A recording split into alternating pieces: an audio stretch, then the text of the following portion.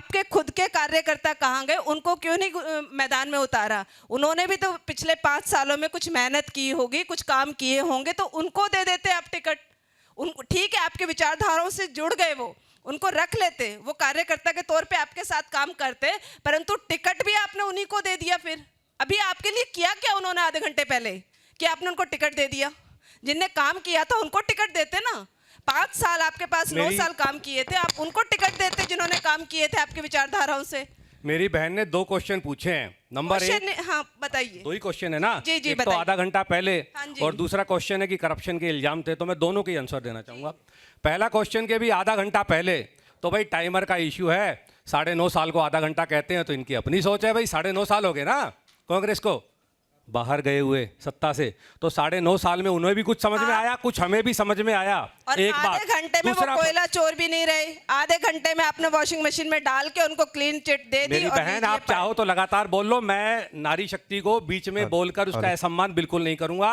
लेकिन साथ में जो आपका प्रश्न था कि आधा घंटा, तो मैंने बताया ना कि ये टाइमर का विषय है। किसी की घड़ी, वो पहले कहते थे ना ब्रह्मलोक में चला गया था कोई, और जब वापिस आया तो पता चला कि काल ही बदल गया।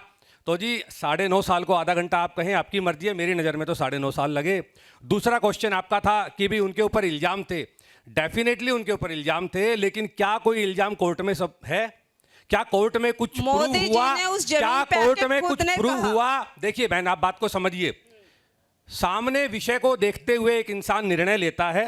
अगर कोई चीज में कमी नजर आती है तो उसमें कमी बताई जाती है, लेकिन समय के साथ साथ धीरे धीरे चीजें समझ में आती है। हम आज भी कह रहे हैं, आज वो भारतीय जनता पार्टी में है, अगर कोर्ट में कुछ भी प्रूव होता है तो पूरी भारतीय जनता पार्टी उनके खिलाफ जाने को तैयार होगी।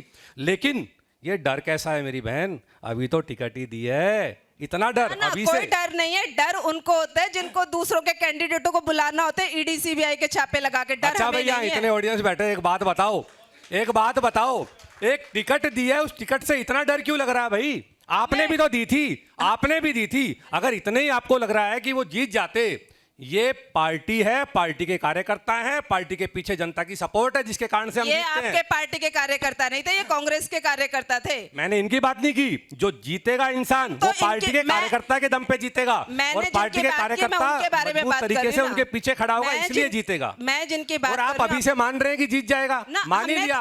अरे आपने अपने शब्द मेरे मुंह में क्यों डाल रहे हो? मैं कह रही हूँ कि एक आपने बोला ना टिकट दे दी भाई, जीतने वाला कैंडिडेट है, आपने टिकट दे दी और वो जीत जाएगा, तो आप तो खुद ही मान रहे हैं कि जीत जाएगा। अब हम इसमें क्या करें? सवाल उठा रहे हैं कि कैंडिडेट ही सही नहीं चुन रखा आपने। ओके, तो जो पिछली बार और उससे पिछली बार और उससे पिछली बार जब आपने टिकट दी तो वो कैंडिडेट ठीक नहीं था, अब वो ठीक हो गया, ऐसा? आपने इल्जाम लगाए थे और किसी ने नहीं लगाए थे। मोदी जी ने खुद ने कहा था कोयला चोर, और किसी ने नहीं कहा था, उन्होंने ही कहा था, और उन्होंने टिकट दे दी। फिर उन्होंने टिकट दे दी। फिर अगर कांग्रेस ने लगाए होते और कांग्रेस टिकट देती तो बात अलग थी। आप बिल्कुल ठीक कह रहे हैं कि आपकी पार्टी में जब तक था तब तक बिल्कुल साफ था, इधर आ गया तो गड़बड़ होगी। अरे जो समस्याएं थी बताई गई, समस्याओं का समाधान हुआ, आगे बढ़े, जीवन है। आपकी नजर में कोयला चोर था, हमारी नजर में नहीं था। आपने कहा था कोयला चोर, हमने नहीं कहा था। आपके नेता ने आके कहा कि कोयला चोर, हमारी नजर में तो पाक साफ थे, तभी तो वो लड़ रहे थे। भाई ये आपके नेता ने नहीं कहा, भारतीय जनता पार्टी के नेता ने कहा था। और अगर कुछ आपके नेता ने कहा था तो उसका जवाब हम कैसे देंगे? आपके नेता देंगे। जनता का भी एक सवाल ले लेते हैं आगे, फिर अभी 2 जो बैठे हैं उनसे भी लेंगे, जो जनता सवाल करना चाहती है उनकी भी लेते हैं। यादव साहब नमस्कार। नमस्कार भाई साहब। यादव साहब, आप हिंदू हैं? बिल्कुल, 100% सनातनी। आपको लगता है आपको खतरा है? नहीं, मैं इसका जवाब अगर मेरे को इजाजत हो तो मैं एक असली कहानी जो मेरे साथ घटी उसके साथ देना चाहूंगा। नहीं, बस एक छोटा सा है सवाल। जी छोटा जी सा जी जी जी। आप हिंदू हैं, आप खतरे में हैं क्या? हिंदू खतरे में नहीं है, बस यही तो विषय विचारधारा का है, समझाना है। विषय विचारधारा का है, वो विचारधारा खतरे में है। बहुत बहुत धन्यवाद। जिसके कारण से समस्याएं आई, वो विचारधारा खतरे में, जिसके कारण से 1000 साल ये देश गुलाम रहा, वो दोबारा ना आने दें, ये सुनिश्चित करने के लिए हम सब लगे हैं। अच्छा, इसी से एक सवाल उठ के आता है कि जनता पर राम मंदिर बनना भारी पड़ेगा या केजरीवाल का गिरफ्तार होना जनता को इमोशनल करेगा? मैं आपसे पूछना चाहूंगी।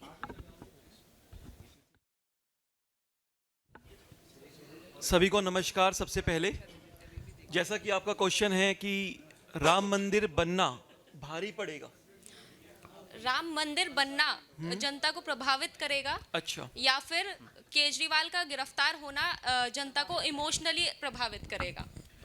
देखिए जहाँ तक राम मंदिर की बात है, हम सब जानते हैं राम मंदिर में सिर्फ एक पार्टी का योगदान नहीं है, कि सिर्फ एक इंडिविजुअल का योगदान नहीं है राम मंदिर बनने में।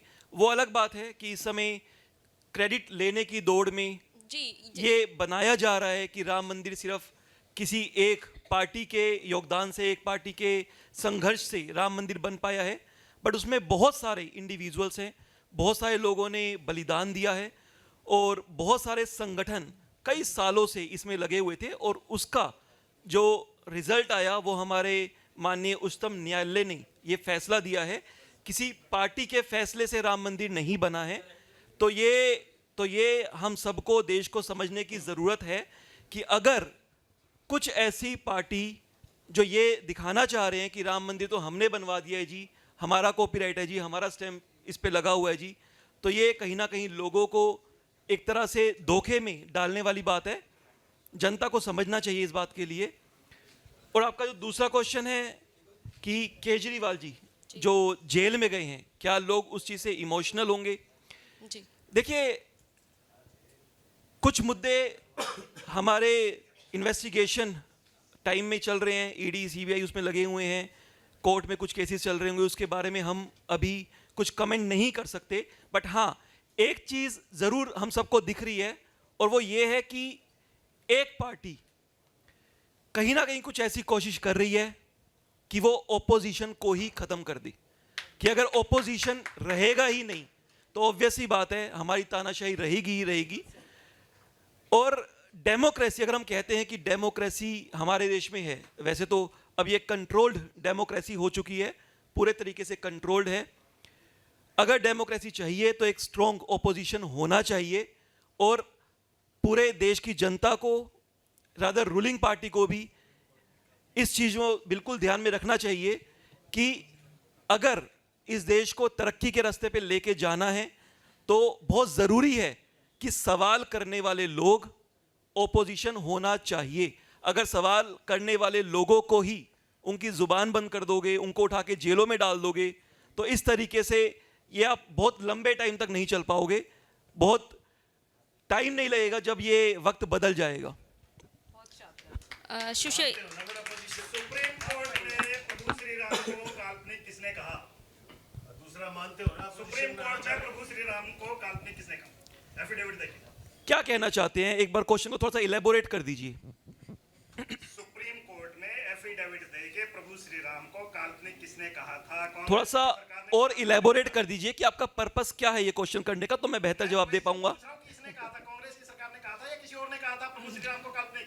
उससे क्या कहना चाहते हैं, पर्पस समझाइए। कांग्रेस कहती थी काल्पनिक है। हाँ जी। कांग्रेस ने हमेशा राम मंदिर का विरोध किया, और आज कह रहे हैं कि सुप्रीम कोर्ट के कारण सर, देश में 140 करोड़ जनता है। जनता को बेवकूफ नहीं बना सकते कि कांग्रेस पार्टी सर, होते हुए प्रभु श्री राम का मंदिर सर 140 करोड़ जनता है, नहीं बन सकता था।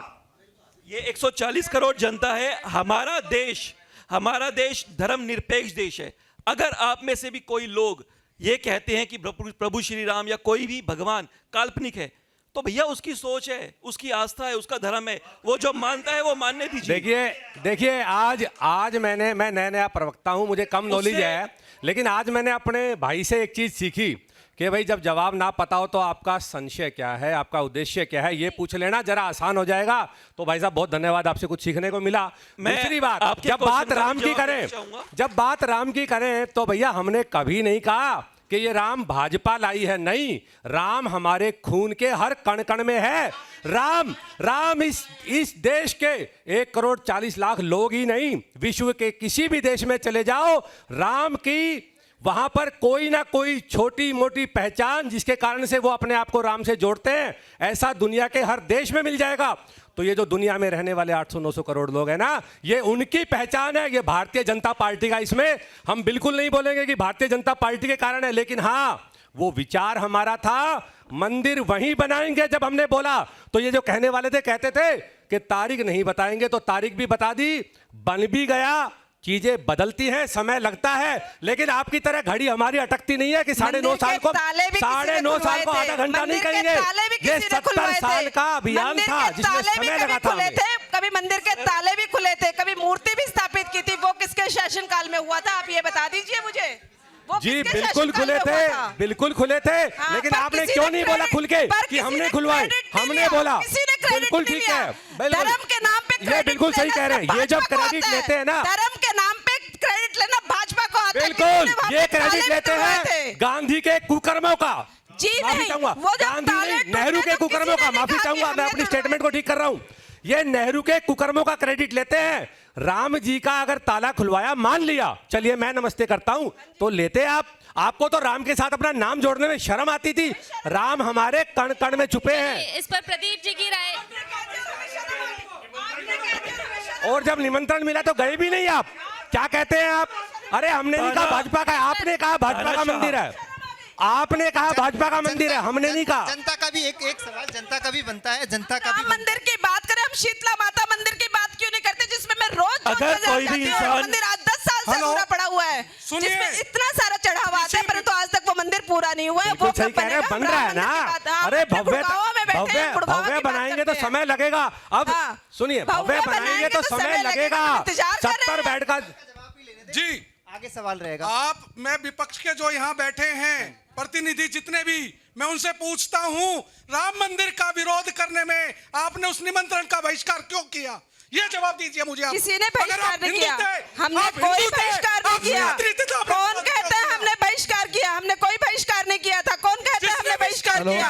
आपने राम मंदिर पे अगर हमें न्योता नहीं दिया, उसी पार्टी का कोई न्योता नहीं आया, में है। कोई न्योता नहीं आप आया उसी हम पार्टी लोगों के के पास। साथ और राम मंदिर के लिए आप जिस पे पार्टी न्योते ने के जैसा भरोसे नहीं बहिष्कार बैठे हम, जिसने आपके हिंदू के भरोसे साथ नहीं है। राम धोखा आ रहे हैं, किया। हमारा मन करेगा तब जाएंगे, हेलो। हमारा मन कांग्रेस ने करेगा किया। तब राम मंदिर जाएंगे। कांग्रेस ने इस देश का बंटवारा किया, वो भी हिंदू और मुस्लिम के नाम पर 1947 में बंटवारा। बात यहाँ पे राम मंदिर की करने बैठे हो तो बताइए, आपके निमंत्रण के भरोसे बैठेंगे कि हम राम मंदिर, हमारा मन करेगा तब जाएंगे हम राम मंदिर। एक काम करते हैं, मान सम्मान के साथ साथ पंकज सर छोटा सा सम्मान कर लेते हैं आप लोगों का। इसके बाद ये युद्ध चलता रहेगा। इससे पहले युद्ध चलेगा, जेजेपी के हैं, आप 2 शब्द बोल दे। प्रदीप जी क्या कुछ कहना चाह रहे हैं? भड़ास जितनी भी है, गठबंधन टूटा है, टूट जाने दो, पर बोलना जो बोलो। आप सभी को नमस्कार। मैं यहाँ पर किसी पे प्रत्यारोप लगाने के लिए नहीं बैठा हूँ। मेरा जो मेन एजेंडा है वो है विकास का। हमारे हरियाणा का किस प्रकार विकास हो, महिला शक्ति किस प्रकार सशक्त हो, और हरियाणा का किस प्रकार से इंफ्रास्ट्रक्चर पे विकास हो, और जो मूलभूत सुविधाएं हैं वो जनता को मिले। सिर्फ मेरा इतना ही एक मानना है। ये आरोप सदा लगते रहे हैं और सदा लगते रहेंगे। जो पार्टी सत्ता में आएगी और जो सत्ता से बाहर जाएगी, आपस में एक दूसरे पे आरोप लगाएंगे। इन सब के बीच में जो फंसेगा, मुझे लगता है कांग्रेस और बीजेपी के बीच में फंसती है एक मात्र शक्ति, जिसको इन्होंने ये कहा था संसद से कि हम 33% आरक्षण देंगे। तो मुझे कृपया करके ये जरूर बता के जाएं कि आपने लोकसभा हरियाणा की कितनी सीटें एक मात्र शक्ति को दी है? क्या 10 में से 3 सीटें नहीं बनती? फिर भी आपने 1 सीट दी है, वो भी किस बेस पे? अपने क्रेडिट लेने के लिए। तो इतना मेरा आपसे अनुरोध है। मैं किसी पे प्रत्यारोप लगा के बजाय सिर्फ इतना कहूँगा कि आप सभी जो बैठे हैं, कृपया करके हरियाणा के विकास के बारे में बताएं कि आपका हरियाणा को लेकर क्या विजन है और आप हरियाणा को लेकर क्या देना चाहते हैं, ना कि ये कि प्रत्यारोप लगाए। आप गुड़गांव के हॉस्पिटल्स के बारे में बात करेंगे।